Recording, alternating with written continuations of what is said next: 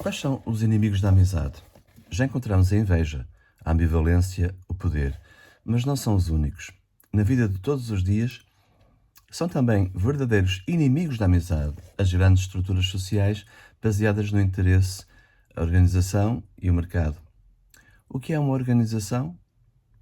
É uma estrutura social construída de forma a realizar os seus objetivos, prescindindo dos fins e dos desejos daqueles que nela trabalham.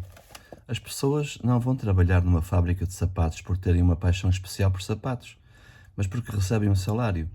Se, de facto, lhe oferecerem uma retribuição mais alta, mudam de trabalho de boa vontade. Os sociólogos demonstraram que a eficiência de uma empresa é maior quando as pessoas estão motivadas para o trabalho, quando o fazem com vontade. Mas isso não tem nada a ver com o partilhar dos objetivos da empresa. Em última análise, o objetivo da empresa é obter lucros.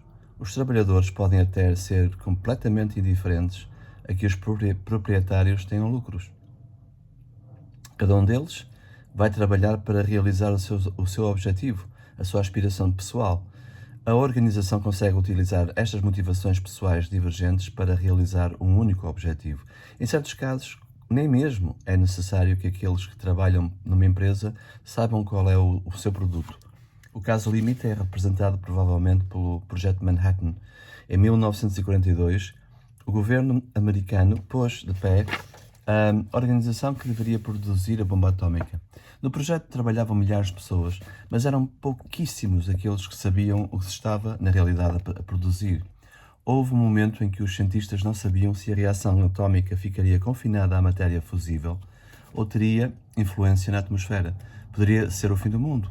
Mas as pessoas da organização trabalhavam eficiente e serenamente porque não sabiam, não podiam saber. Na organização, os homens são usados como meios, não como fins. Isto não quer dizer que nas organizações existam relações desumanas ferozes. As pessoas procuram antes ser o mais amáveis possível umas com as outras. Entre colegas instalam-se relações amigáveis. Os dirigentes tratam-se por tu entre eles, mas o objetivo da organização não é o benefício deste ou daquele indivíduo. Na organização, nós ocupamos posições e podemos, portanto, ser substituídos. Se não funcionamos bem, somos despedidos e substituídos por qualquer outro que seja melhor do que nós. Na organização, a lei é a eficiência. A preferência pessoal, a simpatia, a compreensão são obstáculos à eficiência. São obstáculos à eficiência. Têm de ser postos de parte. Isto não quer dizer, como veremos noutro capítulo, que não possa existir amizade até nas organizações, mas sim que, pela sua natureza, as grandes organizações foram pensadas exatamente para evitar os elos particularistas interpessoais. A vida de trabalho, consequentemente, é quase sempre cansativa, dura, frustrante. Não é a fadiga física que conta, é a fadiga moral. O ser sempre meio, nunca fim. Na empresa, a amizade constitui-se, na maioria das vezes, como um corpo estranho. Aquilo de que a empresa tem necessidade é de relações amigáveis, de obediência imediata. Os contactos de amizade adaptam-se mal à competitividade empresarial, sobretudo entre superiores e inferiores, entre dirigentes e subordinados. A relação do político com o seu eleitor pode ser de amizade, porque a necessidade deles é recíproca. Pode existir amizade entre o advogado e o seu cliente, entre o arquiteto e o proprietário da casa. Cada um pode apreciar o outro pelas suas qualidades pessoais e, ao mesmo tempo, cada um presta um serviço ao outro. No negócio, as qualidades pessoais têm, pelo contrário, cedo ou tarde, de ceder o seu lugar às duras necessidades objetivas, à inexorável lógica da eficiência. Desta maneira, pode o dirigente ser amigo e ter como amigo um subordinado? Só quando o subordinado está com ele livremente, por escolha, sem necessidade. Quando é como se o dirigente fosse escolhido, quando a sua legitimidade se baseia na estima, na escolha, na preferência, quando quem trabalha para ele tem orgulho em trabalhar para ele. Isto é possível durante um certo período, sobretudo em pequenos grupos. Por exemplo, na equipa científica que se forma. Na empresa, acontece mais facilmente quando ela surge. Nesta fase, as posições não estão bem definidas. Há desafio, entusiasmo. O poder não está todo de um lado. Há interdependência, a sensação de uma aventura comum, de um destino comum. Passamos agora ao mercado. Neste, cada um vê apenas o seu interesse económico e deve fazer cálculos mais cuidadosos dos custos e lucros se quer sobreviver à concorrência. Qualquer consideração estranha a esta racionalização competitiva é perigosa e tem que ser eliminada. Até o reconhecimento. A cada um deve dar-se aquilo que foi acordado. Se um trabalhador foi leal durante decénios, se dedicou tudo de si próprio à empresa, se a amou, não tem por isso direito a qualquer reconhecimento suplementar. O mercado ignora qualquer critério de valor que lhe seja estranho. Também isso é, por definição, incompatível com a amizade. E, no entanto, apesar disso, em concreto, consente-a. A maior parte das pessoas que operam no mercado não estão em concorrência umas com as outras. Quem vende verduras não está em concorrência com o hidráulico. O construtor civil não está em concorrência com o farmacêutico. Mesmo no interior de um determinado sector, a concorrência, na realidade, é local e limitada e é uma especialização restrita. O mercado cria interesses comuns, forte solidariedade e, de facto, sempre provocou o nascimento de guildas, de corporações. A estrutura do mercado cria, por outro lado, inumeráveis ocasiões de encontro no plano pessoal e impede a igualdade, que é o que é preferido pela amizade. Há, portanto, muitas vezes amizade entre médicos, entre pedreiros, entre farmacêuticos ou entre advogados. Trata-se de formas de solidariedade que abrem caminho onde acaba o cálculo concorrencial, o pesadelo dos custos e lucros. De todas as sociedades contemporâneas, aquela que dá menos importância à amizade e ao amor é a sociedade americana. Por isso está obcecada pelo problema das relações humanas e dos conflitos interpessoais. Esta obsessão é agravada pelo facto de que as ciências humanas e sociais, que deveriam resolver os problemas, foram influenciadas, minimizadas pela lógica do mercado e da organização. A cultura americana não consegue, na realidade, desligar-se da economia por mais esforços que faça. A tradição psicológica utilitária e behaviorista procura sempre, como consequência das ações, o cálculo, a vantagem comparada. Esta tradição, em sociologia, alcançou a sua expressão máxima com Irving Goffman. Goffman analisa todas as relações interpessoais como papéis teatrais. Os homens movem-se uns em relação aos outros como se cada um fosse o public relations de si próprio. Cada um dos homens de empresa procura sempre uma vantagem em termos de poder, de prestígio ou até de estima, de afeto. Todas as relações interpessoais neste tipo de análise têm em vista um resultado. Pode-se, por isso, medir a eficiência e a ineficiência. Alguns manuais de psicoterapia, hoje em moda, sugerem complicados testes para sabermos se agimos racionalmente, ou seja, com o menor dispêndio possível de energia em relação aos objetivos. Este tipo de psicologia e de sociologia basicamente estende à relação entre as pessoas os critérios que dominam as relações entre posições interpessoais, ou melhor, entre posições impessoais. Aplica às relações entre as pessoas os critérios de análise da concorrência capitalista. O pressuposto implícito é que o indivíduo humano possui, em definitivo, a mesma natureza de uma organização ou de um mercado. Do que nós vivemos numa sociedade de mercado e trabalhamos no interior das organizações. Dado que nós vivemos numa sociedade de mercado e trabalhamos no interior das organizações, somos em parte formados exatamente como um mercado e como uma organização. Comportamo-nos segundo papéis de prestabilidade e somos os vendedores de nós próprios. Mas há um erro gravíssimo pretender que, com a lógica do mercado ou da organização, nós possamos satisfazer os nossos desejos mais secretos e as nossas aspirações mais profundas. O mercado e a organização partem do pressuposto de que os atores sabem o que querem. Querem maximizar os lucros a breve, a médio ou a longo prazo. O mercado e as organizações são partes objetivas da atividade humana, onde os fins são conhecidos. Mas fora deste setor objetivado, os seres humanos, como escreve Vecca, são caracterizados exatamente pelo facto de não saberem quais são os seus objetivos e andarem à procura.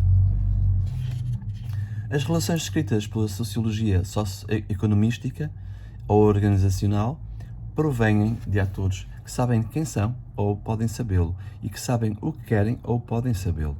Pelo contrário, a realidade humana mais profunda é feita de encontros nos quais quem se encontra não sabe quem é, nem o que deseja, nem o que quer. É num encontro que procura aquilo que é e aquilo que deseja. Mais profundamente ainda podemos dizer que o valor das coisas não é notado por nós, aparece-nos. Aparece-nos de improviso, quando estamos a ponto de o perder ou somos ameaçados. Como quando uma pessoa que nos é querida está doente. Então, naquele momento, nós damos-nos conta de que aquela pessoa nos é essencial. Ela torna-se um fim último e tudo o resto um meio. Estaremos mesmo dispostos a dar a vida por ela. Ainda mais imprevisível, desconcertante, é a outra modalidade pela qual avaliamos as coisas dotadas de valor. Por uma espécie de revelação, por conversão, como no estado nascente dos movimentos, como no enamoramento. Inicialmente, nem mesmo conhecíamos aquela pessoa, não fez nada para merecer o nosso amor e, no entanto, somos atraídos por ela. Nada podemos fazer. Tornou-se para nós um fim último. A sociedade moderna transforma as virtudes em prestações, o ideal em serviço. Já o tinha mencionado Adam Smith, quando elogiava os efeitos da divisão do trabalho. Durkheim dizia que a solidariedade social no mundo moderno não é tanto devida a vagos ideais, quanto à integração entre posições. Quem está doente não precisa de compaixão, mas de um bom médico. Quem está desempregado não tem necessidade de caridade, mas de um sindicato eficiente. Funcionários, médicos, terapeutas estão à nossa disposição para identificar os nossos problemas e satisfazer as nossas necessidades.